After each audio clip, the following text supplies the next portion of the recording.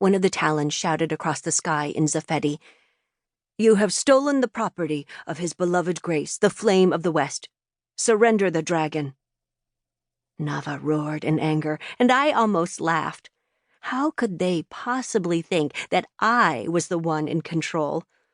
Of course, a Talon would have no other way to understand what they saw.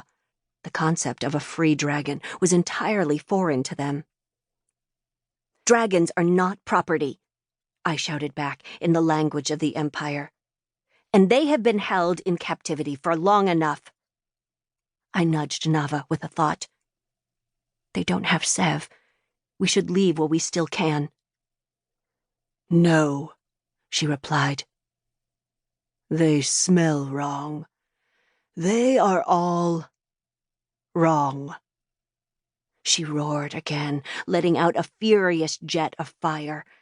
The other dragons finally retaliated, their flames cutting so close that I felt heat against my neck as Naava flapped her wings, taking us high and out of their reach. I barely had time to flatten myself against Naava's back before she folded her wings and entered a steep dive toward the Talons. The scent of fire root was strong around us, but as Naava spun through the air, I saw the dragons hesitate. Kaia screamed as we cut through the space between the Talons, and then we were behind them. Naava banked in a tight turn as the dragons wheeled to face us. She was faster than them, and nimbler, too. The Talons fumbled with their bandoliers, reaching for new vials of oil. "My children," Naava roared. The dragons' heads snapped toward us. And then Naava sang. The kits at the fortress had sung in quiet, burbling tones that could be explained away as an uncanny wind by those who worked at the fortress.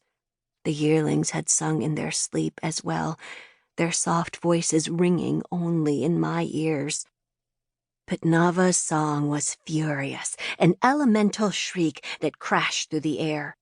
To most humans, I imagined that her song must have sounded like a ferocious battle cry. But I could hear the melody, and the sorrow and urgency layered within. There was no Maren equivalent of this song, but I understood what she was doing. She was pleading with the other dragons. Their gazes followed Naava as she dipped in the air and brought us nearer. I was close enough to see the Talons' shocked faces below their helmets, and then I watched as the dragons' heads tipped curiously to one side. The Talons reared back, yanking at their reins. The dragons bucked in midair and refocused, baring their fangs and spitting fire. Naava snapped her wings closed and dove as a plume of fire rushed into the piece of sky we had just occupied. She pulled out of the dive so quickly that my breath caught in my chest. My arms were burning with the strain of holding on as Naava burst upward again, arrowing straight back toward the Talons. They split in opposite directions this time, and Naava tore after the dragon with the shorter tail. The dragon kit was pressed rigidly against my chest. Kaia's arms squeezed vice-like around my waist, forcing my breath higher and shallower. We pulled up next to the dragon. The Talon's eyes widened in fear as Naava whipped her tail to the side, striking the Talon across the chest. The Talon tumbled from the saddle, but her arms tangled in the dragon's reins as she fell, yanking her body to a halt. She cried out in pain as she dangled. The dragon roared and swerved, its head dragged down by the weight. Naava beat her wings, and we rose higher in the air. She was preparing for another dive.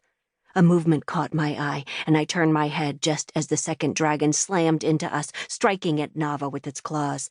The sky went sideways. For a moment, we hung in the air, weightless.